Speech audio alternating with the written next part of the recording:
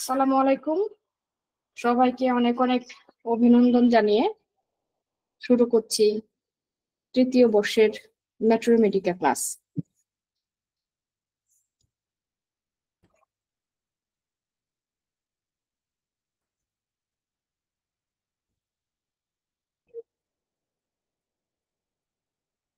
আমি আজকে যে বিষয়টা নিয়ে আলোচনা করব সেটা হচ্ছে নাইট্রিক অ্যাসিড।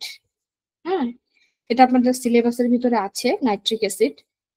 তো একটা বিষয় আমি চিন্তা করলাম যে শুধুমাত্র নাইট্রিক অ্যাসিড না দিয়ে আমি যদি অ্যাসিড গ্রুপের সব কয়টা রেমেডিকে আপনাদের কাছে একটু তুলে ধরি, একসাথে কিন্তু দেখেন আপনারা অনেকগুলো রেমেডি করে ফেলতে পারছেন। নাইট্রিক অ্যাসিড তো আমরা অবশ্যই পড়াবো, কিন্তু নাইট্রিক অ্যাসিডের সাথে কিন্তু আপনি আরো বেশ কিছু অ্যাসিড কিন্তু আপনি জানতে পাচ্ছেন যে অ্যাসিড গুলোর কি কি ধর্ম বা এদের এদের ক্যারেক্টারিস্ট কেমন, এদের মাইন্ড কেমন, এদের কাতরতা, এদের পিপাসার্থতা কোনটা কেমন, সবগুলো অ্যাসিড আমরা একসাথে পড়বো। এখন দেখেন আমার এখানে কি কি অ্যাসিড আছে: acetic acid, benzoic acid, butyric acid, চার্মিক acid, carbolic acid, fluoric acid, hydrochloric acid, hippuric acid, gallium acid. অনেক অ্যাসিডের কিন্তু অভাব নাই। দেখেন কতগুলো অ্যাসিড: ল্যাকটিক অ্যাসিড, মিউটিক acid, oxalic acid, nitric acid, sulphuric acid, sulphurous acid, phosphoric acid, hydrochloric acid, aconitum acid, arsenic অ্যাসিডাম, এটা কি লেখছে, ডি ডিহাইড্রোচেলিয়াম অ্যাসিড, দেখেন আমি নিজেই জানি না, gallium acid, hippuric acid, hydrochloric acid এবং মেলিকাম অ্যাসিড। অনেক অ্যাসিড। হ্যাঁ, এগুলো আসলে এত আর অ্যাসিড না পড়ি আপনাদের মাথা নষ্ট হয়ে যাবে। ইউরিক অ্যাসিড, ট্যানিক অ্যাসিড, এটা কি, রিটনিক অ্যাসিড। অনেক অ্যাসিড, এগুলো এত কিছু কিন্তু লাগে না, যার শুধু অ্যাসিডের পরিচিতির জন্য আমি সবগুলো অ্যাসিডকে এখানে তুলে ধরেছি। আচ্ছা, এখন আমার আজকে পড়াটাই তো হইতেছে নাইট্রিক অ্যাসিড। এখন অ্যাসিড পড়তেছি, কিন্তু অ্যাসিড কি সেটাই যদি না জানি তাহলে কি আমার পড়াটা সঠিক মতো হবে, বোধগম্য হবে? কখনোই হবে না। তাহলে আমরা একটু দেখি যে আমরা যে নাইট্রিক অ্যাসিড পড়বো, এই অ্যাসিডের সংজ্ঞাটা কি। আমরা কিন্তু অনেক ছোট সময়, যখন আমাদের 6-7 থেকে কিন্তু আমরা অ্যাসিডের সংজ্ঞা, এর ধর্ম, এর বৈশিষ্ট্য, এগুলো কিন্তু আমরা পড়ে এসেছি।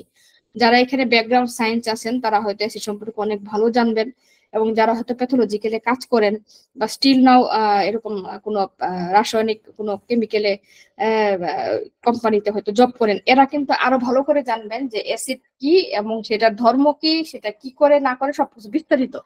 তো যাই হোক, আমি খুব ছোট করে এখানে কিছু একটা হিম দিয়েছি। যেমন অ্যাসিডের সংজ্ঞাটা কি: অ্যাসিড একটি রাসায়নিক পদার্থ যার অর্থ হলো টক। এক কথায় টক ও স্বাদযুক্ত সবকিছু মানেই অ্যাসিড থাকে।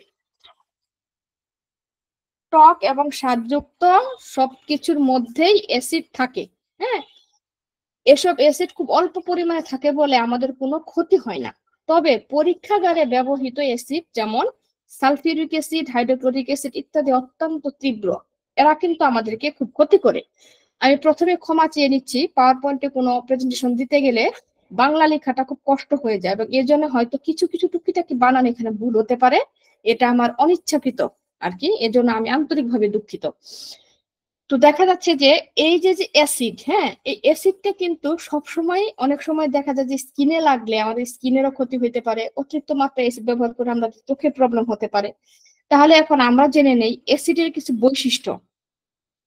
অ্যাসিডের বৈশিষ্ট্য না জানলে আজকের পড়াতে বোঝা যাবে না যে আমি কি পড়াচ্ছি। কি কি বৈশিষ্ট্য: অ্যাসিড টক স্বাদযুক্ত, দুর্গন্ধযুক্ত, ঘন অ্যাসিড অত্যন্ত বিপজ্জনক হয় যা মানুষের ত্বকের জন্য ক্ষতিকারক হয়।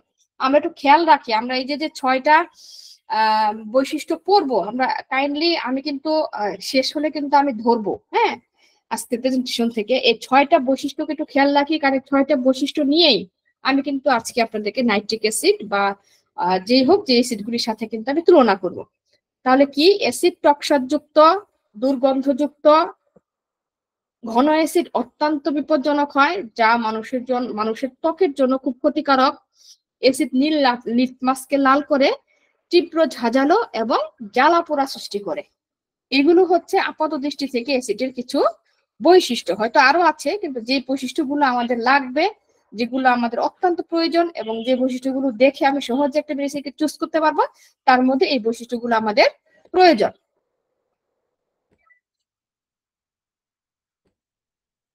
আচ্ছা, এইবার আসি ক্যারেক্টারিস্ট, অর্থাৎ প্রত্যেকটা অ্যাসিড, এই যে প্রায় 30-32টা অ্যাসিড কিন্তু একসাথে, আমি প্রথমে যে অ্যাসিডগুলি পড়লাম এটা নিয়ে মাথা ঘামানোর দরকার নাই, কারণ এতগুলি অ্যাসিড কখনোই আপনার হোমিওপ্যাথিতে লাগবে না, এটা জাস্ট শুধু একটু জানার জন্য। কারণ পড়ছি আমরা, কেন কম পড়বো, একটু বেশি করেই না হয় পড়ি, কারণ যা পড়বেন তা কিন্তু কখনোই মনে থাকবে না। আমি আজকে যে লেকচার দিচ্ছি, আজকে দেখতেছেন, এখন দেখার পরেই যদি আমি একজনকে জিজ্ঞাসা করি 70% বলতে পারবেন, কালকে কালকে যদি সে মানুষকে জিজ্ঞাসা করি 50%, পশু 40%, তারপরে 30%, তারপরে কদিন পরে নাই, হয়তো আফসা আফসা কিছু স্মৃতি 5% থেকে যাবে, বাকিগুলো সব উধাও হয়ে যাবে। এটাই স্বাভাবিক, কারণ যদি বারবার একটা জিনিস আমরা না পড়ি, চর্চার মধ্যে না থাকি, তাহলে কিন্তু আমরা সেটা ভুলে যাই। এবং এজন্যই আমাদের প্রত্যেকেই, আমাদের গুরুজনরা বলে যে আপনি যে পেশায় আছেন এবং যেটা নিয়ে ভাবছেন সেটাকে খুব মনোযোগের সহকারে এবং খুব দৃঢ়তা সহকারে সেটা নিয়ে এগিয়ে যান। যেমন পড়াশোনা, আমরা বাচ্চাদেরকে বলি যে দুইটা টাইমে ঠিক টাইমে উঠে যেন একটা পড়াশোনার একটা নির্দিষ্ট একটা কন্টিনিউ যেন হয়, মানে এই সন্ধ্যার সময় উঠে বাচ্চাদেরকে পড়তে হবে, সকালে বেলা ঘুম থেকে উঠে পড়তে হবে, এটার মানে হচ্ছে তার ভিতরে একটা অভ্যাস জারি থাকা, যে আমাকে এই সময়টার ভিতরে পড়াশোনার সময়। তো ঠিক সেরকম মানুষের প্রত্যেকটা জীবনে যদি আপনি আপনার জীবনটাকে যদি সুন্দর করে গুছাতে চান, তাহলে কিন্তু অবশ্যই আপনি যে প্রফেশনটাতে আছেন, যেটাকে আপনার প্রফেশন বা যেটাকে আপনি মানে টার্গেট হিসেবে নিয়েছেন, সেটাকে যদি আপনি সঠিক মতো পরিচর্যা না করেন, তাহলে কিন্তু কখনোই আপনি আপনার টার্গেটে পৌঁছাতে পারবেন না। আর এই পরিচর্যা কি, আপনাকে প্রতিনিয়ত 2-3 বার করে সেটা নিয়ে ভাবতে হবে, সেটা নিয়ে বসতে হবে, নির্দিষ্ট সময় দিতে হবে, শ্রম দিতে হবে, মেধা দিতে হবে এবং সততার সাথে এগিয়ে যেতে হবে, তাহলেই কিন্তু আপনি জীবনে গেইন করতে পারবেন। তো যাই হোক, ক্যারেক্টারিস্ট, প্রত্যেকটা অ্যাসিড গ্রুপ রেমেডির ক্যারেক্টারটা কি হবে, এরা চিলি ডাবল প্লাস, চিনি ডাবল প্লাস মানে শীত কাতর, কিন্তু একেবারে 3+ কিন্তু এখানে দেইনি, আমি ডাবল প্লাস দিয়েছি, এবং এটা আমার দেওয়া না, এটা আমি কিন্তু সফটওয়্যার থেকে নিয়ে এসেছি এবং বিভিন্ন রাইটারের থেকে আনাই আমার এই ক্যারেক্টার লিস্টগুলি। সেনসিটিভ টু কোল্ড, মানে ঠান্ডার প্রতি তারা খুব সেনসিটিভ, প্রত্যেকটা অ্যাসিড গ্রুপ রেমেডি যেটাই আসুক না কেন, আমি যে অ্যাসিডের নামগুলি পড়েছি, প্রত্যেক অ্যাসিড গ্রুপ রেমেডির পেশেন্টেরা কি হবে, sensitive to cold. Draft, cold in general, অর্থাৎ ড্রাফট মানে কি হচ্ছে আর্দ্র বাতাস, যে বাতাসে ফুলের রেণুগুলো উড়ে, ফুলের পাপড়িগুলো ঝরে যায়, একটা হালকা আর্দ্র বাতাস, এই বাতাসে তাদের খুব সহজে ঠান্ডা লেগে যায়। শুধু এক্সেপশনটা হচ্ছে ফ্লোরিক অ্যাসিড, এই ফ্লোরিক অ্যাসিড ছাড়া আর বাকি যে অ্যাসিড গুলি আছে প্রত্যেকটা অ্যাসিডই চিলি এবং সেনসিটিভ টু কোল্ড। আচ্ছা, হেমোরয়েজ টেন্ডেন্সি, হেমোরয়েজ কি, হেমোরয়েজ হচ্ছে তার রক্ত পড়ার প্রবণতাটা, যে কোনো ভাবে হইতে পারে। একটা পেশেন্ট আপনার কাছে আসলো অস্ত্র নিয়ে, সে বলতেছে যে আমার অশ্ব দিয়ে বা পাইলস দিয়ে বা ফিস্টুলা দিয়ে না ফিসার যেটাই হোক আর কি, ফিস্টুলাতে যদি ব্লাডটা কম আসে, অশ্ব দিয়ে প্রচুর পরিমাণে ব্লিডিং হচ্ছে, তার মানে কি হেমোরেজ টেন্ডেন্সি। তো আরেকজন এসে বলতেছে যে আমার নাক দিয়ে খুব মানে ব্লিডিং হয়। হ্যাঁ, যেমন এর আগের বার আমি বললাম যে সকালবেলা ঘুম থেকে উঠার পরে নাক দিয়ে ব্লিডিং হওয়া, কি মেডিসিনটা ছিল কেউ কি বলতে পারবেন? সকালবেলা ঘুম থেকে উঠে নাক দিয়ে ব্লিডিং হওয়া কি মেডিসিন ছিল, বিশেষ করে যারা 5 ওয়াক্ত নামাজ পড়ে তাদের জন্য? ভুলে গেছেন? আচ্ছা, এটা আর্নিকা ছিল। হ্যাঁ, আর্নিকার কথা বলেছিলাম যে এক ডোজ আর্নিকাতে যাদের সকালবেলা বিশেষ করে আহ ঘুম থেকে উঠার পরে মুখ ধুলে যাদের ব্লাড আসে, তাদের ক্ষেত্রে কিন্তু আর্নিকা খুব ভালো একটা রেমেডি। তো যাই হোক, হেমোরেজ টেন্ডেন্সি, এর জন্য হেমোরেজ টেন্ডেন্সি থাকবে। উইকনেস +3, দেখেন উইকনেস কত, চিলির ডাবল প্লাস আর উইকনেস হচ্ছে 3+, প্রচুর দুর্বল। অ্যাসিড গ্রুপ রেমেডি প্রত্যেকটা পেশেন্ট প্রচন্ড দুর্বল থাকবে। Burning sensation due to irritation or nerves, মানে তার ভিতরে একটা বার্নিং মানে জ্বালা পোড়ার একটা সেন্সেশন, অনুভূতি করবে, বিশেষ করে নার্ভে। সে বলবে যে আমার নার্ভ গুলাতে কেমন কেমন যেন একটা ইরিটেশন। হোয়াট ইজ ইরিটেশন, মানে হচ্ছে তার একটু মানে অস্থির লাগা, একটু মানে হচ্ছে যে একটু চুলকানো চুলকানো ভাব বা একটু একটু জ্বলা পোড়া ভাব, এরকম একটা ইরিটেশন তার নার্ভের ভিতরে সবসময় থাকবে। Over sensitive two external impression, অর্থাৎ তার যে কোনো এক্সটার্নাল ইমপ্রেশনের দিকে সে প্রচুর ওভার সেন্সিটিভ থাকবে। যেমন তার চাপে কেউ চাপ দিলে বা কেউ তাকে স্পর্শ করলে, কেউ তাকে ধরলে এক্সটার্নাল যে ইমপ্রেশন গুলি আছে এগুলোর দিকে সে খুব ওভার সেন্সিটিভ থাকবে। Destruction, ulceration and septicaemia. Destruction মানে কি ধ্বংসাত্মক, তার নখ ভেঙে যাবে, তার দাঁত ভেঙে যাবে, তার মাথা থেকে চুল ঝরবে, এগুলি সবই ডিস্ট্রাকশন। আর ডিস্ট্রাকশনটা কোন গ্রুপের মধ্যে পড়ে? Syphilitic miasm. ডিস্ট্রাকশন মানেই কিন্তু সিফিলিটিক মায়াজম। আলসারেশন, আলসারেশন কি? একটা জায়গায় ক্ষত হয়ে গেছে, সেখান থেকে চলটা উঠতেছে, ক্ষত হয়ে গেছে, ব্লাড পড়তেছে, পুজ হচ্ছে, সেই জায়গাতে দেখা গেছে একসময় সেপ্টিসেমিয়া হয়ে গেল। মানে কি? ব্লাডে এক প্রকারের মানে থাকলো আর কি, ইনফেকশন হয়ে গেল, হ্যাঁ, সেপ্টিসেমিয়া। তাহলে ডিস্ট্রাকশন, আলসারেশন এর সেপ্টিসেমিয়া। নাইট অ্যাগ্রাভেশন, প্রত্যেকটা পেশেন্ট অ্যাসিড গ্রুপের প্রত্যেকটা পেশেন্ট এসে আপনাকে বলবে আমার সমস্ত রোগ লক্ষণ রাতে বৃদ্ধি পায়। আমি কিন্তু পড়াচ্ছি নাইট্রিক অ্যাসিড, কিন্তু দেখাচ্ছি কিন্তু সব অ্যাসিড গ্রুপ।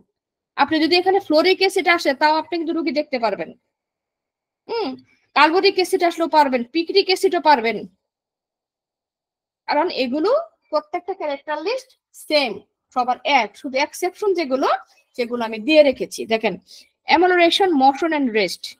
অ্যাসিড গ্রুপের যত রোগী আছে সবাইকে যদি আপনি জিজ্ঞাসা করেন, সে বলবে আমি যখন একটু হাঁটাচলা করি বা রেস্টে থাকি তখন আমি বেটার ফিল করি, এরকম বলবে। হট, আর হট খুব গরম কাতর, হ্যাঁ, কি কি? সবাই কিন্তু চিলি, ফার্স্টে দেখেন চিলি ডাবল প্লাস, কিন্তু হট আছে। হট কি কি? Fluoric acid, carbonic acid and picric acid, এই তিনটা শুধু হট, আর বাকি সবগুলাই কিন্তু শীত কাতর।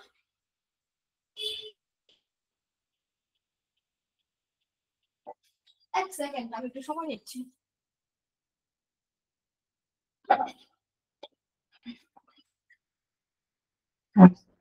সরি। তাহলে আমাদের শুধুমাত্র তিনটা অ্যাসিড রেমেডি ছাড়া, ফ্লোরিক অ্যাসিড, কার্বনিক অ্যাসিড এবং পিক্রিক অ্যাসিড, এই তিনটা ছাড়া বাকি সকল অ্যাসিডই কিন্তু আমাদের চিলি, শীত কাতরে। বাকি এই তিনটা শুধুমাত্র হট। এইবার দেখি আর কি কি আছে। মায়াজম, ওই যে দেখেন সিফিলিটিক। আমি কিন্তু না দেখেই প্রথমে বলে ফেলছিলাম যে এটা সিফিলিটিক মায়াজম। কারণ কি? সিফিলিটিক মায়াজম আমরা কিভাবে চিনবো? ডিস্ট্রাকশন, একটা কথাই শেষ। শরিক মায়াজম হইতেছে চর্মের ভিতরে আঘাত করবে, আর সাইকোটিক কি? বৃদ্ধি। মায়াজমকে চিনা সহজ ভাবে তিনটে উপায়। একটা হচ্ছে যেটা বৃদ্ধি পাবে সেটাই সাইকোটিক, আর যেটা আপনাদের ধ্বংস করে দিবে, ভেঙে যাবে, সেটা হচ্ছে সিফিলিটিক। এইবার বৃদ্ধি পাবে কি? যে কোনো ধরনের ওভারিয়ান সিস্ট বৃদ্ধি, ব্রেস্ট টিউমার বৃদ্ধি পাওয়া, প্রোস্টেট গ্ল্যান্ড এনলার্জ বৃদ্ধি পাওয়া, আপনার কি বলে আচিল বৃদ্ধি পাওয়া, এক্সপেন্সিনসেস বৃদ্ধি পাওয়া, হাড় বৃদ্ধি, যে কোনো কিছু, মানে যদি দেখেন যে কোনো কিছু বৃদ্ধি আছে, বৃদ্ধি, তাহলে বোঝা যাবে সেটা সাইকোটিক। আর যেটা আছে ধ্বংস, ধ্বংস কি?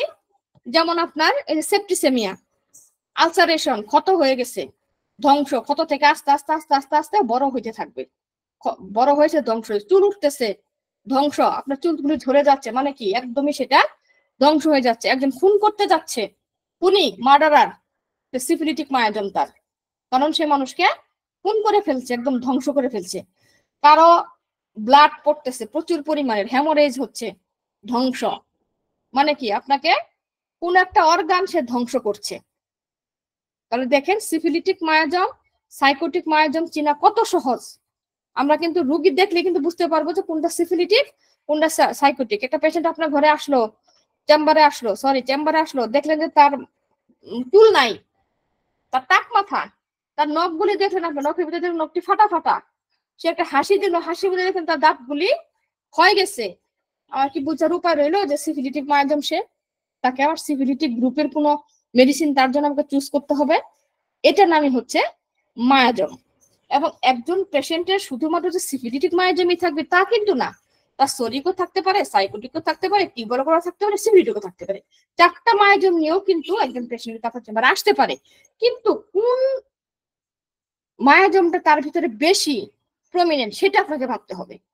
তারপরে আস্তে আস্তে সিফিলিটিকটা যখন আপনি তাকে মেডিসিন দিলেন, একটু সিফিলিটিকটা কমে গেল, তখন আপনার সাইকোটিকটা কমে গেল, সাইকোটিক মেডিসিনের সাইকোটিকটা কমে গেল, তখন আবার সরিক, এইভাবে এইভাবে আস্তে আস্তে আস্তে আস্তে আমরা প্রত্যেকটা মায়াজম থেকে যদি একটু করে যদি তাকে মেডিসিন সিলেকশন করি, তাহলে কিন্তু ক্রনিক রোগীগুলি সহজে আরোগ্য হয়। কিন্তু ক্রনিক রোগী কিন্তু আরোগ্য করা কিন্তু সহজ বিষয় না, এটা কিন্তু অনেক জটিল একটা প্রক্রিয়া এবং খুব মানে বুদ্ধি এবং চিন্তা শক্তি এবং ম্যাথমেটিক্যাল অনেক জ্ঞানের মধ্যে দিয়ে কিন্তু এই ক্রনিক রোগীগুলোকে ট্রিটমেন্ট করা হয়।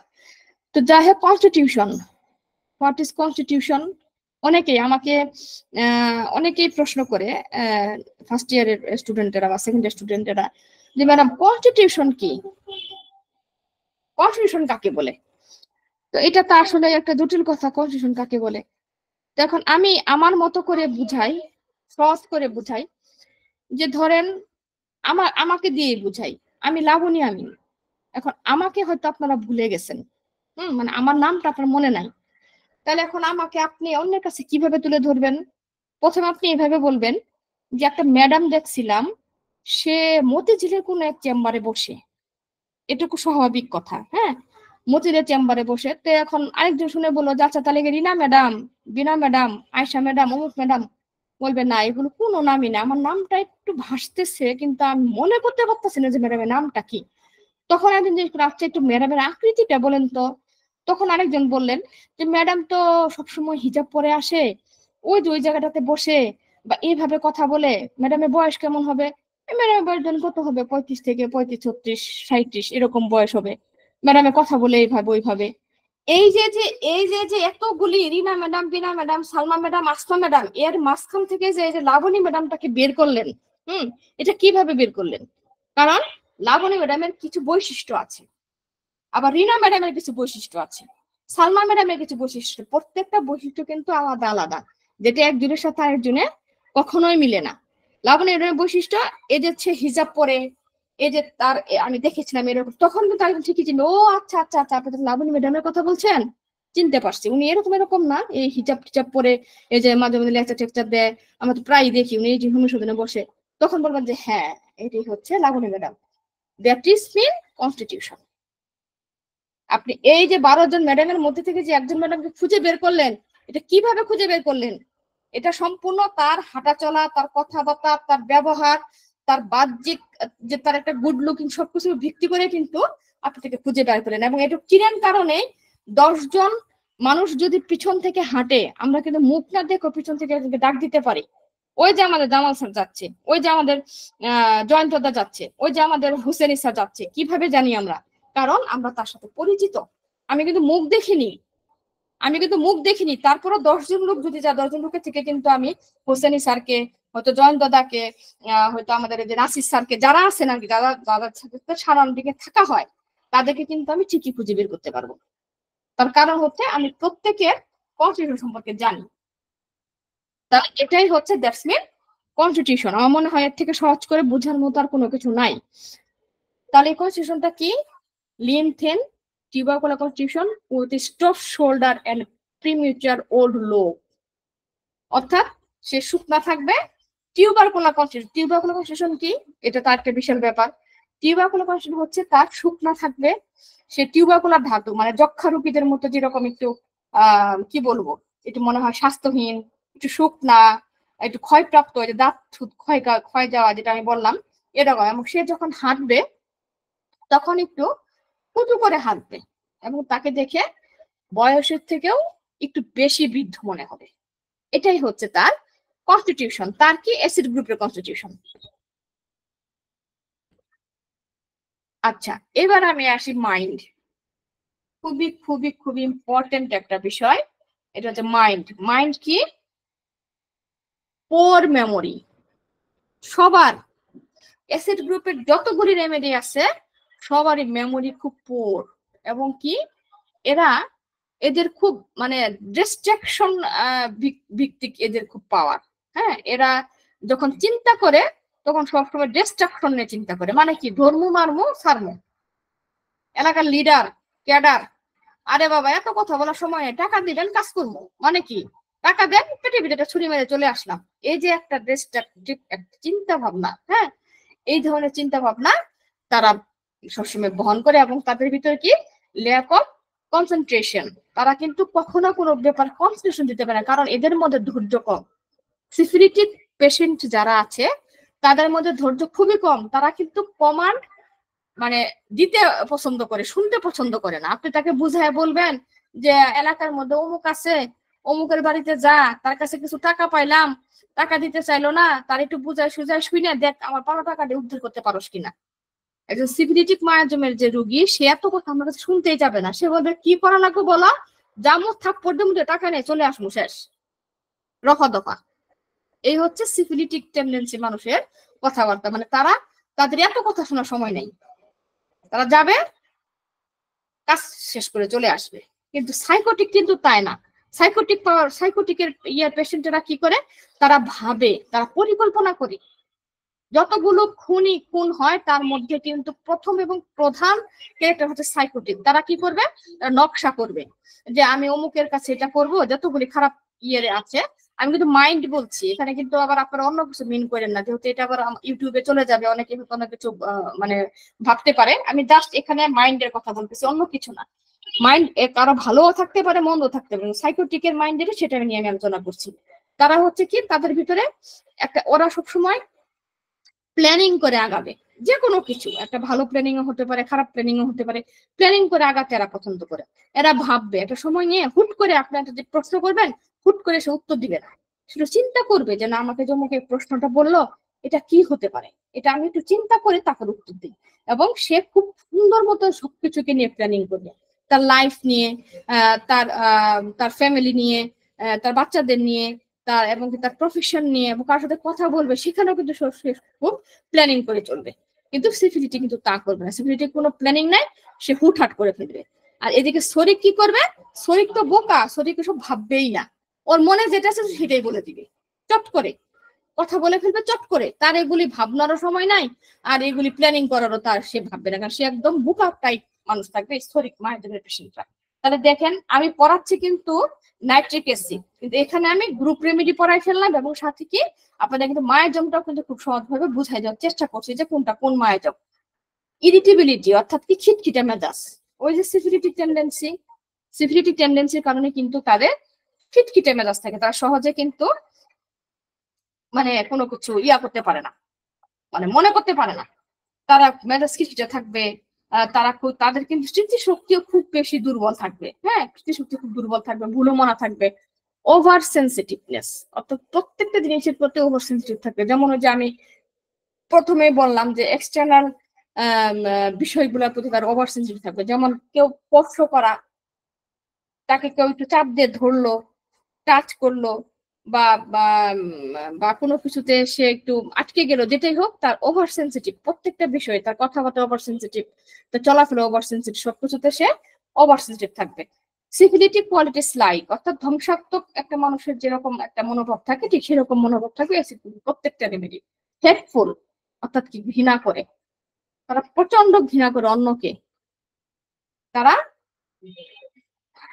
তারা খুব ঘৃণা করে অন্যকে, সহজে তারা কাউকে ভালোবাসতে পারে না।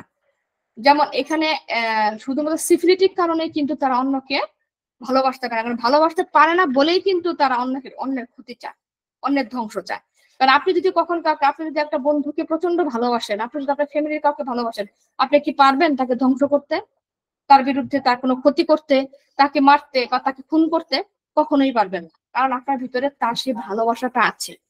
আর ভালোবাসাটা আছে বলেই কিন্তু আপনার বন্ধু, আপনার আশেপাশের লোকজন যাই কিছু বলুক না কেন, আপনাদেরকে ক্ষমা করে দিবেন, কারণ ওই যে ভালোবাসেন বলে। কিন্তু সিফিলিটিক মায়াজম যারা আছে অ্যাসিড গ্রুপের, তারা হেট করে, ঘৃণা করে, তারা প্রচন্ড ঘৃণা করে, সহজে কারো কথা বিশ্বাস করবে না, সহজে মনের কথা, নিজের কথা অন্যকে খুলে বলবে না। একটু ইন্ট্রোভার্টেড টাইপ, ভিন্ডেক্টিভ, প্রতিহিংসা পরায়ণ, খুব প্রতিহিংসা। ওরা মানে ছোটখাটো কথা কখনো ছাড় দিবে না।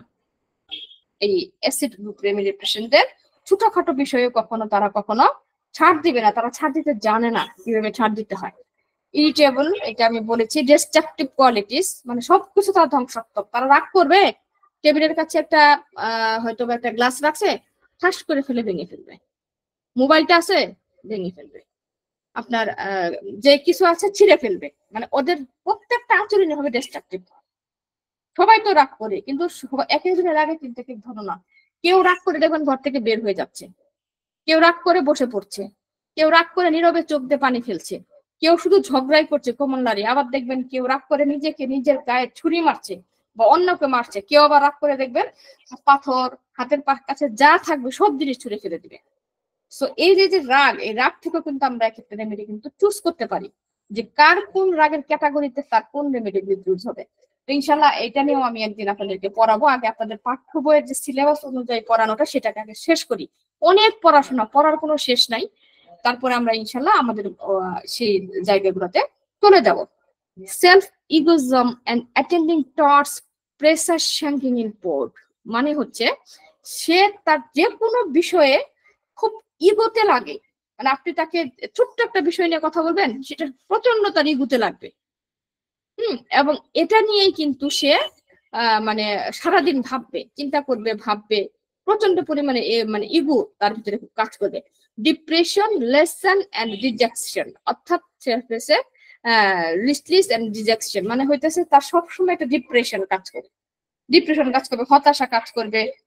মানে সবকিছুর ভিতরে তার একটা হতাশামূলক, যেমন সে যখন কোনো কাজকর্ম করবে বা তারিখ লিখবে সে ভুলে যাবে, সে কি লিখতেছে ভুল করে ফেলতেছে, বাম দিকে লিখলে ডান, ডান দিকে লিখলে বাম, এরকম তার মধ্যে থাকবে। মানসিক একটা উত্তেজনা তার ভিতরে কাজ করবে এবং স্মৃতিশক্তি হ্রাস পাবে, কোনো প্রকারই তার স্মৃতিশক্তি কিন্তু মনে থাকবে না। আবার দেখা যাচ্ছে যে প্রচুর ফুর্তি করে মনের ভিতরে একটা উন্মাদনা কাজ করবে, এরকম একটা চিন্তাধারা কিন্তু এই অ্যাসিড গ্রুপ রেমেডির ভিতরে থাকবে। আচ্ছা, এইবার আমি আসি আমার কাঙ্ক্ষিত প্রেজেন্টেশনে, যেটা আপনাদের বোঝানোর জন্য এতক্ষণ পর্যন্ত আমি অ্যাসিড নিয়ে শুধু আলোচনা করলাম। আমি কিন্তু অ্যাসিড নিয়ে আলোচনা করেছি, এখন করব নাইট্রিক অ্যাসিড এবং ফ্লোরিক অ্যাসিড। নাইট্রিক অ্যাসিড আপনাদের সিলেবাসের ভিতরে আছে, আর ফ্লোরিক অ্যাসিডটা আমি অ্যাড করে দিয়েছি এজন্যই, কারণ আমি প্রথম থেকে আপনাদের একটি কথা বারবার বলছি যে যদি দুইটা রেমেডিকে আপনারা পাশাপাশি করে বলেন, শুধু দুইটা না, আমি যদি এখানে আমার স্লাইডে আরো জায়গা থাকতো আমি কিন্তু আরো দিয়ে দিতাম একসাথে অ্যাড করে। বেশ কয়েকটা রেমেডি যদি একসাথে তুলনামূলক ভাবে পড়েন, আলোচনা করেন, তাহলে কিন্তু সেই রেমেডিটা খুব সুন্দর মাথায় গাঁথে এবং মনে থাকে। তাই আমি সবসময় দুই তিনটে রেমেডিকে পাশাপাশি একসাথে পড়াতে চাই। তাহলে একটু আমরা খেয়াল করি যে ফ্লোরিক অ্যাসিড এবং নাইট্রিক অ্যাসিড এই দুইটার মধ্যে পার্থক্যটা কি। ফ্লোরিক অ্যাসিড হচ্ছে এটা খুব হট, মানে গরম কাতর, এবং এত পরিমাণের হট যে feet hot and must be uncovered at night, অর্থাৎ রাতের বেলা তারা কখনোই কাভারিং থাকে না, মানে কাপড় দিয়ে ঢেকে থাকে না, তারা সবসময় পাটাকে খোলা রাখে, আনকভার্ড করে রাখতে তাদের খুব পছন্দ হয় ফ্লোরিক অ্যাসিডের পেশেন্ট। অপরদিকে নাইট্রিক অ্যাসিড দেখেন চিলি, খুব শীতকাতর, ডাবল প্লাস, যেটা ফার্স্ট টাইম আলোচনা করে এসেছি। Chilly, nitric acid chilly, fluoric acid গরম। নাইট্রিক অ্যাসিড, ফ্লোরিক অ্যাসিডের পেশেন্টরা কি ট্রাস্টি এন্ড হাঙ্গার, ওরা খুব ট্রাস্টি, খুব পানি পিপাসা, খুব পানি খেতে পছন্দ করে এবং সাথে ক্ষুধার্থ, তারা ক্ষুধা, তাদের খুব ক্ষুধা, পিপাসাও যেরকম ক্ষুধাও তেমন। আর অপরদিকে নাইট্রিক অ্যাসিড হচ্ছে থার্স্টলেস, অর্থাৎ পিপাসাহীন। দেখেন তাহলে একটা, ওই যে প্রথমে বললাম কনস্টিটিউশন, এখন দেখেন কনস্টিটিউশনের মধ্যে তার জেনারেল ঢুকে গেল। প্রথমে আপনি তার চেহারা দেখলেন, লোকটা কি লিনসিনিমাসিয়েটেড, লোকটা কি দাঁত ভাঙা, মাথায় চুল নাই, লোকটা কি নখ হয়ে গেছে, আচ্ছা ওকে। এবার আসেন, লোকটা আপনি কি শীত কাতর নাকি গরম কাতর, আপনি ফ্যান ছাড়লেন, রুগী এসে আপনাকে বললো ওহ ডাক্তার সাহেব আমার খুব শীত লাগতেছে, একটু ফ্যানের পাওয়ারটাকে কমানো যাবে?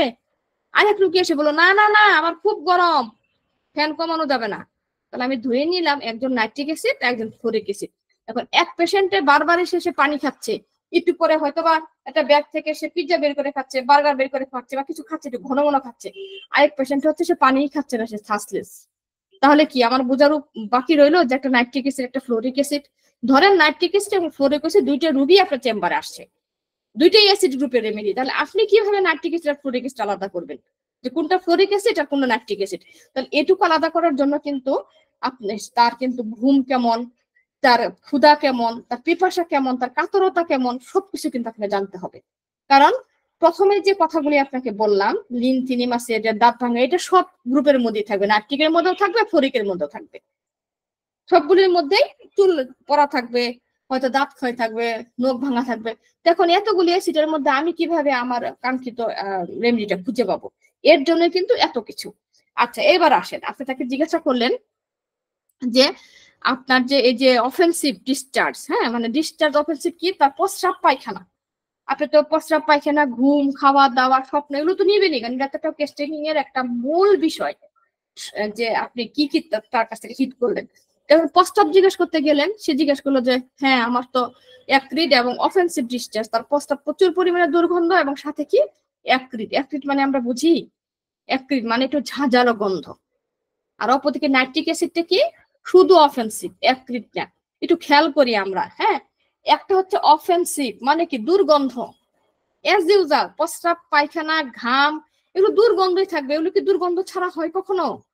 কিন্তু তারটা সহনীয়, মানে কি নাইট্রিক অ্যাসিডটা সহনীয় অফেন্সিভ, আর একটা হচ্ছে ঝাঁঝালো, ফ্লোরিক অ্যাসিড হচ্ছে একদম ঝাঁঝালো দুর্গন্ধ।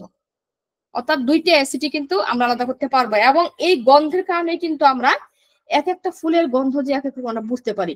শাপলা ফুলের যে সেন্ট, গোলাপ ফুলের কি সেই সেন্ট, বেলি ফুলের কি সেই সেন্ট আমরা পাই, জেসমিন ফুলের সেই সেন্ট আছে না। প্রত্যেকটা স্মেল কিন্তু আমাদের আলাদা আলাদা, কারণ এই আলাদা আলাদা কারণে কিন্তু আমরা ডিফারেন্স করতে পারি গন্ধ শুকে। যে আপনাকে যদি কেউ চোখ বেঁধে 5টা ফুল এনে আপনার সামনে দিয়ে যদি আপনাকে স্মেল নেওয়ায়, আপনি কি বুঝতে পারবেন না যে কোনটা গোলাপের, কোনটা শাপলা, কোনটা বকুল ফুল, বা কোনটা গন্ধরাজ ফুল, হোয়াট এভার যাই যে হোক। এরকম ঠিক ওরকম কিন্তু এই যে প্রস্রাবেরও কিন্তু ঝাঁঝালো কিছু গন্ধ আছে। একটা ঝাঁঝালো গন্ধ, একটা হচ্ছে নর্মাল গন্ধ, আর এটা হচ্ছে দেখা যাচ্ছে যে ঘোড়ার প্রস্রাবের মতো কিছু গন্ধ। এরকম এক একটা গন্ধের বিষয়টা এক এক রকম। আচ্ছা, hard working and hard. Fluoric অ্যাসিডের পেশেন্টেরা প্রচুর হার্ড ওয়ার্কিং করে, খুব হার্ড ওয়ার্কিং করে। এরা কাজ কখনো ফেলে রাখবে না, এরা নিজের কাজ নিজে করতে খুব পছন্দ করে, এরা কখনোই কাজকে ফেলে রাখবে না। অপরদিকে হার্ড খুব দ্রুততার সাথে করে, এরা খুব মানে ব্যস্তবাগিস যেটাকে বলে, খুব দ্রুততার সাথে কাজ করবে এবং সব কাজ করে ফেলার চেষ্টা করবে, খুব প্রচুর পরিশ্রম করবে, সারাদিন রাত জাগবে, তাদের প্রফেশনে জাগবে, ফ্যামিলিতে জাগবে, মানে লাইফটাকে আর একটু গেইন করার জন্য, একটু উপরে নেওয়ার জন্য কিন্তু ফ্লোরিক অ্যাসিডটা প্রচুর পরিমাণে পরিশ্রম করে। বাট তারা খুব দুর্বল থাকে শারীরিক দিক থেকে, কিন্তু অ্যাসিড গ্রুপের রেমেডি প্রচুর দুর্বল থাকে কিন্তু চেষ্টা করে। আবার অপর দিকে নাইট্রিক অ্যাসিড কি লেজি পার্সন, ও খুব লেজি থাকে, ও সহজে ঘুম থেকে উঠতে চায় না, বিছানা থেকে উঠতে যাবে না, ও একটু আইসামি করবে, রেসপন্সিবিলিটি কম থাকবে, অফিসে যাবে, দেখা যাবে যে খাতাপত্রগুলি এক এক জায়গায় পড়ে আছে, তার যে পিয়ন আয়া পিয়নে জিজ্ঞেস করবে যে স্যার আপনি একটা সাইন করেন না, ও করবনি, মানে সময়ের কাজ সময় করবে না। আর এর হচ্ছে ফ্লোরিক অ্যাসিড হচ্ছে তার নির্দিষ্ট কাজগুলো টাইমলি করবে, প্রচুর হার্ড ওয়ার্ক করবে এবং দ্রুততার সাথে করবে। বাট দুইজনই কিন্তু মানুষ শারীরিক দিক থেকে যথেষ্ট পরিমাণে আনহেলদি, মানে হচ্ছে কি তারা খুব মানে কি বলবো দুর্বল। ল্যাকটিক অ্যাসিড ও ফ্লোরিক অ্যাসিড, কিন্তু একজন হচ্ছে খুব হার্ড ওয়ার্কিং, একজন হচ্ছে লেজি পার্সন। আচ্ছা, তারপরে কি হবে ল্যাসাভিয়াস থট। একটু ভাবি, ফ্লোরিক অ্যাসিড কি, ল্যাসাভিয়াস থট। ল্যাসাভিয়াস কি কামোদ্দীপক চিন্তা ভাবনা। যেমন একটা ছেলে পেশেন্ট আপনার চেম্বারে আসলো, বা একটা ছেলে, তাকে আপনি জিজ্ঞাসা করেন, সে বলবে যে আমার চিন্তা ভাবনা সবসময় একটু সেক্সুয়াল চিন্তা ভাবনা। ইস, রাস্তা দিয়ে একটা মেয়ে যাচ্ছে, তাকে দেখে তার প্রতি একটু খারাপ দৃষ্টি দেওয়া, মানে কি একটু খারাপ চিন্তা ভাবনা করা যে আমি যদি ওকে একটু স্পর্শ করতে পারতাম, ওকে একটু ধরতে পারতাম, ওর সাথে সেক্স করতে পারতাম, এরকম একটা চিন্তা ভাবনা কিন্তু ফ্লোরিক অ্যাসিড পেশেন্টদের মধ্যে থাকে। যদিও বিষয়টা কখনো কোনো পেশেন্ট আপনাকে বলবে না, এবং আপনি কখনোই কোনো পেশেন্টকে ব্যক্তিগত কথা প্রথম দিকে বলবেন না। ব্যক্তিগত যত কথা আছে সবগুলি কথা কিন্তু শেষে বলবেন, কারণ কোনো রোগী আপনাকে কখনোই প্রথমে এসে এই ল্যাসাভিয়াস থট বা তার সেক্সুয়াল বিষয়গুলি আপনার কাছে কিন্তু শেয়ার করতে চাইবে না।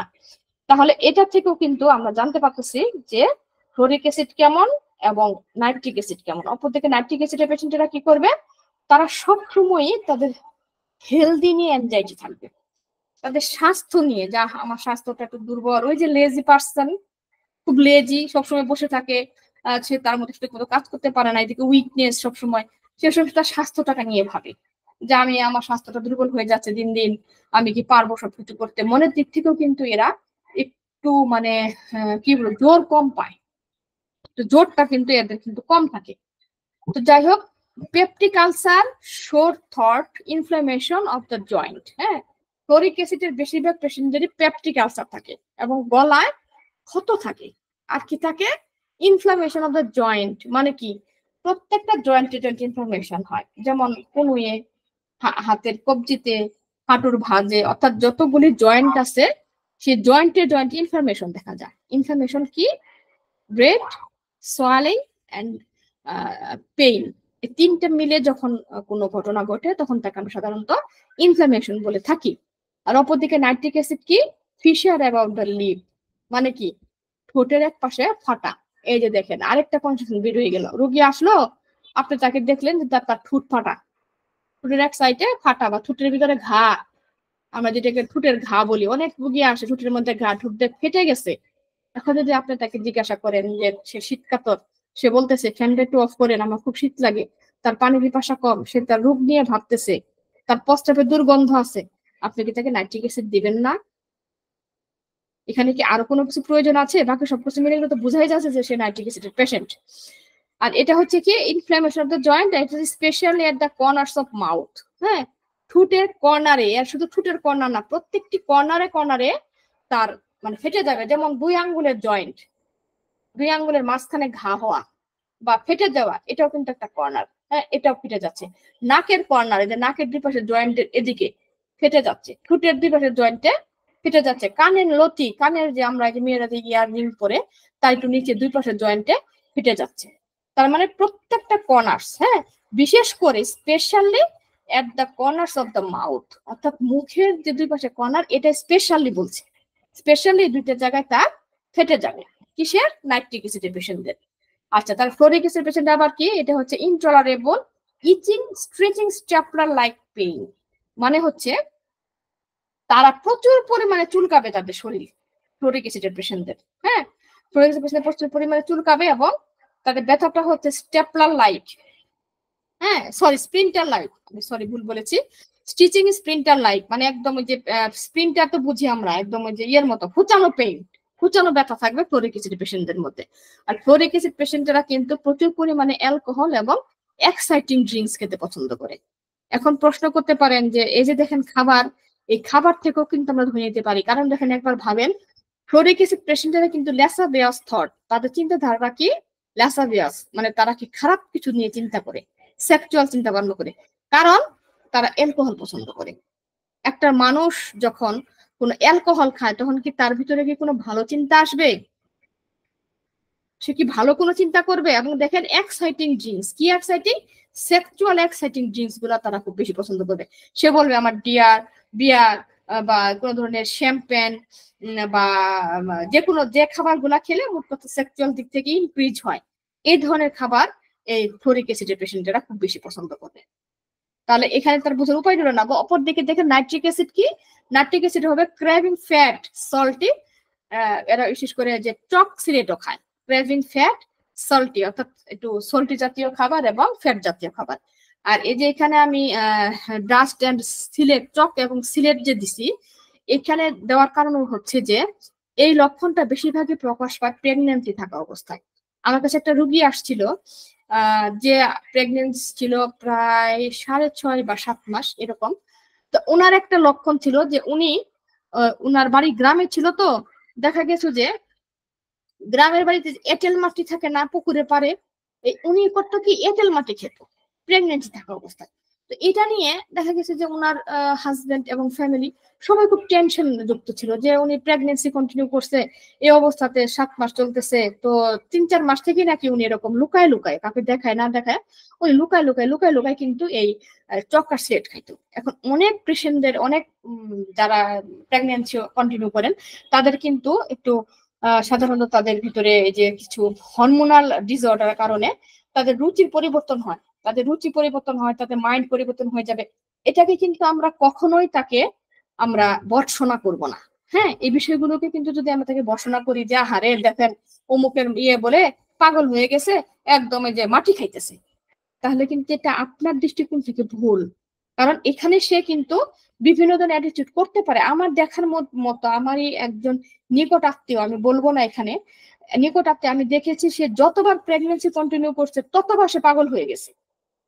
সে তার স্বামীকে চিনে নাই, সে শ্বশুরের সাথে খারাপ ব্যবহার করছে এবং কি সে নিজের বাচ্চাকে পর্যন্ত মারতে গেছে।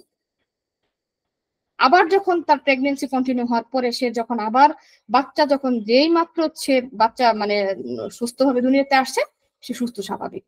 এখন যদি এই ফ্যামিলির লোকেরা যদি একে বলে যে মেয়েটা পাগল হয়ে গেছে, তাহলে আমি মনে করব যে এটা ওই মেয়েটার প্রতি অন্যায় করা হয়েছে।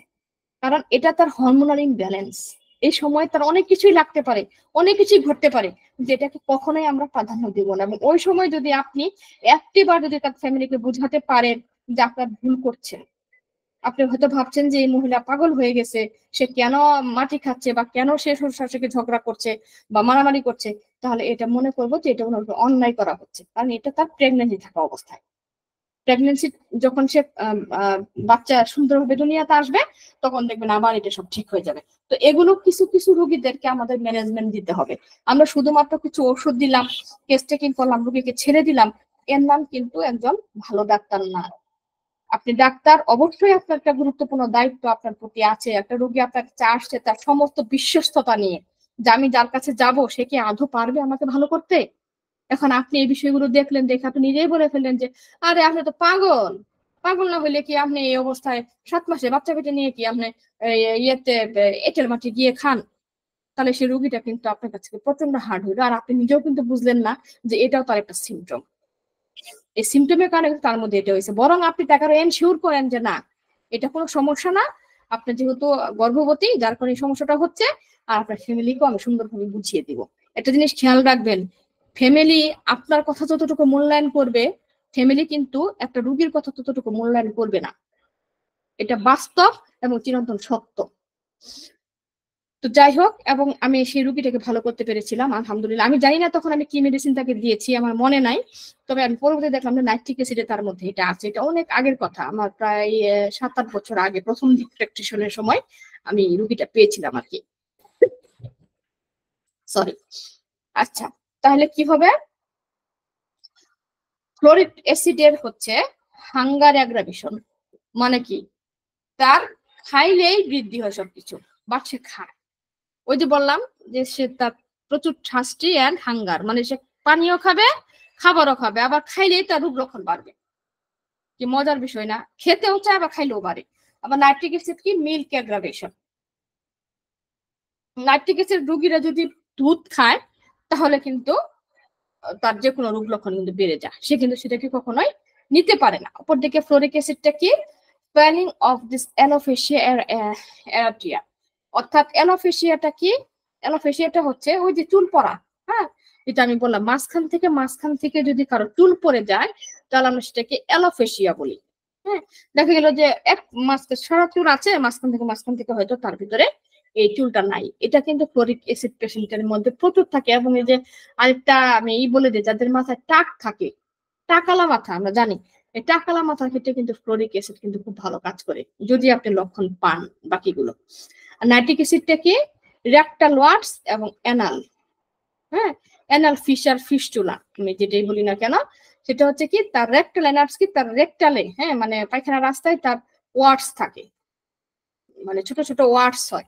এটা কিন্তু নাইট্রিক অ্যাসিডের খুব সুন্দর একটা রেমেডি। এবং যদি কোনো আঁচিল থেকে ব্লাড বের হয়, ব্লাড, একটা পেশেন্ট এসে আপনাকে বললো যে আমার আঁচিল হয়েছে এবং আঁচিল থেকে ব্লাড বের হয়, নাইট্রিক অ্যাসিড চমৎকার একটা রেমেডি। এবং দেখেন কারো পাইলস হয়েছে, পাইলসের জায়গায় পাইলস এবং তার পায়খানার রাস্তা দিয়ে তার আঁচিল আছে, নাইট্রিক অ্যাসিড চমৎকার একটা রেমেডি। নাইট্রিক অ্যাসিড দিবেন, দেখবেন যে খুব সুন্দরভাবে তার এই আঁচিলগুলি চলে গেছে। এবং ফিস্টুলার ক্ষেত্রে, হ্যাঁ ফিস্টুলা তো আমরা বুঝি, এই ফিস্টুলার ক্ষেত্রে কিন্তু নাইট্রিক অ্যাসিড চমৎকার একটি কাজ করে। ফিস্টুলা রোগী আসবে, ফিস্টুলা রোগী কিন্তু হোমিওপ্যাথিতে ভালো করা অনেক টাফ, খুব সহজে ভালো হয় না। এটার 90% রোগীরাই কিন্তু অপারেশন করে আসে। প্রত্যেকটা প্যাথির নির্দিষ্ট কিছু সীমাবদ্ধ আছে।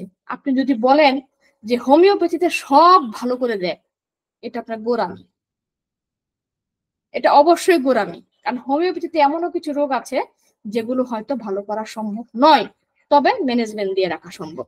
আবার অ্যালোপ্যাথিতে এমন কিছু রোগ আছে যেগুলো কখনোই সারে না, যেগুলো হোমিওপ্যাথিতে খুব চমৎকার ভাবে নিরাময় করা সম্ভব। কাজে যদি আপনার জ্ঞান ছোট থাকে, তাহলে আপনি বলেই ফেলবেন যে হোমিওপ্যাথিতে সব ভালো হয়। এই কথাটা কখনোই বলবেন না। বলবেন যে হ্যাঁ হোমিওপ্যাথিতে অবশ্যই সব ভালো হয়, তবে কিছু কিছু রোগের ক্ষেত্রে হোমিওপ্যাথি শুধু ম্যানেজমেন্ট করতে পারে। তবে 90% রোগী কিন্তু আমরা হোমিওপ্যাথিতে কিউর করতে পারি। আর বাকি 10% পারি না, কিছু ম্যানেজমেন্ট থাকতে হয়, আর কিছু হয় মেডিসিনের অভাবে। কারণ বাংলাদেশে আমাদের আমাদের বাংলাদেশে পর্যাপ্ত পরিমাণে মেডিসিন নাই। যে মেডিসিন গুলো আমাদের প্রয়োজন সেগুলো আমরা পাই না, এবং যদিও বা যেগুলো পাই দেখা যাচ্ছে যে আমাদের পেশেন্টরা আমাদেরকে সেই পরিমাণের মূল্য আমাদেরকে দিতে চায় না, যার কারণে কিন্তু এই রুগীদের কাছে কিন্তু আমরা দিতে পারি। যেমন আমি সিম্পলি একটা কথা বলি, অরামিউনেটনেটাম, এটা হচ্ছে ইউটেরাইস ফাইব্রয়েডের জন্য চমৎকার একটা রেমেডি। অরামিউনেটনেটাম 3x যদি আপনি কোনো পেশেন্টকে খেতে দেন, সে ধন্বন্তরীর মতো তার এই ইউটেরাইন ফাইব্রয়েড কিন্তু ভালো হয়ে যাবে। বাট এটার দাম কত জানেন? এই 3x রেমেডিটা যদি আপনি বাংলাদেশ থেকে কিনতে যান 4500 থেকে 5000 টাকা নেবে সর্বনিম্ন। এখন আপনি বলেন একটা পেশেন্টকে যদি আপনি অল্প পরিমাণে 1 আউন্স পরিমাণে যদি অরামিউনেটনেটাম দেন, সে আপনাকে কত টাকা দিবে? তাহলে কিভাবে আমরা এখানে রুগীটাকে ভালো করব? কারণ পেশেন্টই তো আমাদের টাকা দিতে চাবে না। সে তো বলবে কি বলেন, বাইরের দোকান থেকে হোমিওপ্যাথি দেখাইলে পরে 200-300 টাকা দিয়ে রোগ ভালো করে দেয়, আর আপনি এনে 5000 টাকা নিতেছেন শুধুমাত্র একটা ওষুধের জন্য, শুধুমাত্র একটা ওষুধের জন্য অরামিউনেটনেটাম। এর সাথে তো আপনাকে সাপ্লিমেন্টারি মানে সরি কনস্টিটিউশন রেমেডি তো আপনাকে দিতেই হবে। তাহলে তাহলে আপনি কি সেই রুগীটাকে ভালো করতে পারবেন? কখনোই সম্ভব না। এই যে চিন্তাধারা থেকে আমাদেরকে বের হয়ে আসতে হবে। আমাদের কি করতে হবে? আমাদের রুগীদেরকে বোঝাতে হবে যে হ্যাঁ আপনার ট্রিটমেন্ট আমাদের কাছে আছে, তবে আমার এই আপনার এই খরচ হবে। আপনি যদি দিতে এগ্রি থাকেন তাহলে আপনি আপনার ওষুধ এনে দিব, আর যদি এগ্রি না থাকেন তাহলে আমার এখানে কিছু করার নাই। তখন কিন্তু রুগীও আপনার প্রতি একটা কনফিডেন্স পাবে যে হ্যাঁ আমাকে তো ঠিকই বলেছে উনি যে আমার এই কাজের জন্য এত খরচ লাগবে। আর সব থেকে বড় সীমাবদ্ধতাটা হচ্ছে সেই মেডিসিনটাও কিন্তু বাংলাদেশে পাওয়া যায় না। আমি স্টিল নাও যে এখনো আজকে যে আমি লেকচারটা দিচ্ছি, যে আজকেও কিন্তু আমি অনেকগুলি মেডিসিন খুঁজে আসলাম, আমি পাইনি। কারণ এই যে মেডিসিন গুলি না পাওয়ার কারণে কিন্তু আমরা সঠিকভাবে কিন্তু প্রপার ট্রিটমেন্টটা দিতে পারি না।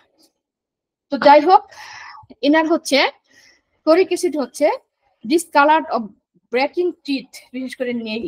হ্যাঁ, মানে ওদের হচ্ছে কি টিথ, দাঁত ভেঙে যাবে, ডিসকালার হয়ে যাবে, অথবা নেইল নখগুলি ভেঙে যাবে ফ্লোরিক অ্যাসিডের পেশেন্টদের। আর এদের হচ্ছে যে prostate hypertrophy and frequent ineffectual urging. Fluoric অ্যাসিডের পেশেন্টদের প্রোস্টেটটা হাইপারট্রফি মানে কি, প্রোস্টেটটা এনলার্জ প্রোস্টেট হয়ে যাবে, বড় হয়ে যাবে, এবং বারবার তার মানে ইনএফেকচুয়াল আর্জিন মানে কি ঘন ঘন প্রস্রাবের বের হবে। মানে যেটা হইতেছে একটু করে করবে চলে আসবে, মনে হবে যে আমার মনে আরেকটু প্রস্রাব করলে মনে ভালো লাগতো, যেটা আমরা নার্স ভূমিকা রোগী দেখি যে ঘন ঘন টয়লেট করে, এখানে কিন্তু তার প্রস্রাবের ব্যাগটা তার ঘন ঘন লাগবে। অপরদিকে নাইট্রিক অ্যাসিড কি constipation or over involuntary urination, অর্থাৎ তার ইনভলেন্টারি মানে সে অবচেতন মনে সে প্রস্রাব করে ফেলবে, সে নিজেও জানবে না যে সে তার অবচেতন মনে প্রস্রাব হয়ে যাচ্ছে, এবং কনস্টিপেশন থাকবে। হ্যাঁ, তার ভিতরে কনস্টিপেশন থাকবে প্রচুর পরিমাণে। আচ্ছা, তাহলে ফ্লোরিক অ্যাসিডের আরেকটা কি গুণ? Diarrhoea, indigestion in the morning. Patient সবসময় বলবে যে আমার ডায়রিয়া হয় এবং আমি যে খাবারটা খাই সেটাই আমার হজমের সমস্যা হয়, এবং সেটা বিশেষ করে সকালে হয়। এখন যদি আমি বলি এটা কারণ কি, একটা কারণ কিন্তু আমি বলতেই পারি যে এরা কিন্তু উগ্র খাবার পছন্দ করে, মানে কি ড্রিঙ্কস খায়। হ্যাঁ, ওই যে প্রথমে যে আমি কিছু লক্ষণ বললাম, আমি তো এটাকে প্রিন্ট আউট করতে ভুলেই গেছি। যেমন দেখেন এই যে অ্যাক্রিট, এই যে আমি যে বৈশিষ্ট্যগুলি বলছিলাম একটা অ্যাসিডের, অ্যাসিড গুলি কি অ্যাক্রিট, এই যে দেখেন অ্যাসিড রোগীদের প্রস্তাব কিন্তু ঝাঁঝালো থাকে। তাহলে কি এটা অ্যাক্রিট আমরা এখানে পাচ্ছি, যেখানে লাগে সেখানে জ্বলে যায়। হ্যাঁ, তার মানে কি প্রস্তাব অ্যাসিডের রোগীদের যে জায়গাতে প্রস্তাব লাগবে সেই জায়গাতে কিন্তু জ্বলে যাবে, এটাও কিন্তু এখানে আছে। এবং কি গন্ধযুক্ত, মানে কি গন্ধযুক্ত, প্রত্যেকটা ডিসচার্জ কিন্তু গন্ধযুক্ত। তাহলে এখান থেকে কিন্তু আমরা তিনটা বৈশিষ্ট্য কিন্তু আমরা অ্যাসিডের ভিতরে পেয়ে গেলাম। তাহলে এটা হচ্ছে কি diarrhoea, indigestion in the morning, সকালবেলা তার ডায়রিয়া হয়। আবার অপর থেকে নাইট্রিক অ্যাসিডে কি হয়, ইনডাইজেশন এট নাইট, রাতে হয়। কি চমৎকার বিষয় দেখেন, ফ্লোরিক অ্যাসিডটা হবে সকালে, নাইট্রিক অ্যাসিডটা হবে রাতে। ফ্লোরিক অ্যাসিডের পেশেন্টের ট্রান্সপিরেশন হবে হাতে এবং পায়ে, এবং সেটা অ্যাক্রিড ঝাঁঝালো। আর নাইট্রিক অ্যাসিডটা শুধুমাত্র পায়ে হবে, হাতে হবে না, এবং সেটা ঝাঁঝালো থাকবে না, নর্মাল থাকবে, পানির মতো থাকবে। এটা হবে ঝাঁঝালো। ঝাঁঝালো মানে কি পায়ে চলটা উঠতে থাকবে, হাতে চলটা উঠতে থাকবে fluoric acid. Nitric acid normal থাকবে।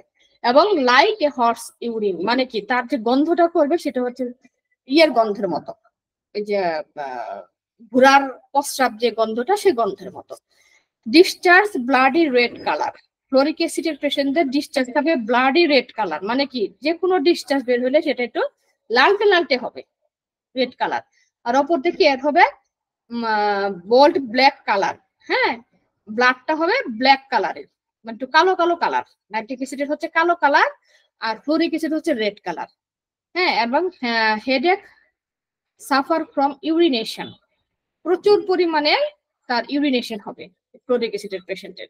আর অপরদিকে এর হচ্ছে ইউরিনারি ট্র্যাক স্ট্রাকচার, মানে আমরা ইউটিআই আমরা যেটাকে বলি ইউরিনারি ট্র্যাক স্ট্রাকচার, মানে যাদের প্রস্রাব আটকে আটকে ধরে বা কোনো কারণে সেটা মানে বাধাগ্রস্ত হয়, এই ধরনের রোগীদের ক্ষেত্রে কিন্তু নাইট্রিক অ্যাসিডটা খুব চমৎকার কাজ করে। এখন আমি যদি নাইট্রিক অ্যাসিডের কিছু মানে আলোচনা করি, যেমন নাইট্রিক অ্যাসিড রোগীর মাইন্ড যদি কিছু আলোচনা করি, যেহেতু আজকে আলোচ্য বিষয়টা বা নাইট্রিক অ্যাসিড, তাই আমি নাইট্রিক অ্যাসিডের কিছু মাইন্ড আলোচনা করছি। যেমন এরা হচ্ছে কি নাইট্রিক অ্যাসিড রুচিরা সবসময় অচেতন থাকে, আর এরা খুব স্বল্পভাষী, হ্যাঁ, কোনো প্রকার যোগাযোগ কিংবা আদান প্রদান করতে চায় না, এবং সকালে সবসময় এরা বেশি করে খামখেয়ালিপনাটা করে সকালবেলা, এবং খুব সহজে কিন্তু এরা অন্যের দ্বারা প্রভাবিত হয় এবং কাঁদতে চায়, হ্যাঁ, দুঃখ, নিদারুণ, মৃত্যু ভয়, দুর্বলতা, এমনকি কথায় কথায় কিন্তু তারা কাঁদতে থাকে নাইট্রিক অ্যাসিডের পেশেন্টরা। আর কি হয়, রোগী উদাসীন থাকে, জীবনের প্রতি তাদের একটা আনন্দহীন, মানে সবকিছু চলে যায়, মনে হয় আমার জীবনটার মনে হয় নাই, আমি একটু বেরসিক হয়ে গেলাম, একটু আনন্দহীন হয়ে গেলাম, এরকম একটা টেন্ডেন্সি কিন্তু নাইট্রিক অ্যাসিড পেশেন্টের মধ্যে থাকে। আর কথা ভাবতে থাকে, হ্যাঁ, নিজের অসুস্থতার কথা নিয়ে বেশি ভাবে, অন্যের কথা নিয়ে ভাবে, মন দুর্বল থাকে, বিক্ষিপ্ত থাকে, আর অসুস্থর ব্যাপারে এবং মৃত্যুকে প্রচন্ড ভয় পায় তারা। বিশেষ করে কলেরা সম্পর্কে তারা কিন্তু কলেরা নিয়ে কিন্তু অনেক বেশি চিন্তা করে যে আমার কি কলেরা হলো কিনা, দীর্ঘদিন অনিদ্রায় থাকে তারা, এবং যদি পারদের অপব্যবহার হয় তাহলে কিন্তু নাইট্রিক অ্যাসিডটা খুব বেশি উত্তেজিত হয়ে যায়। তো সবাইকে অসংখ্য ধন্যবাদ। আজকের মতো আমি আমার প্রেজেন্টেশন এখানেই শেষ করছি।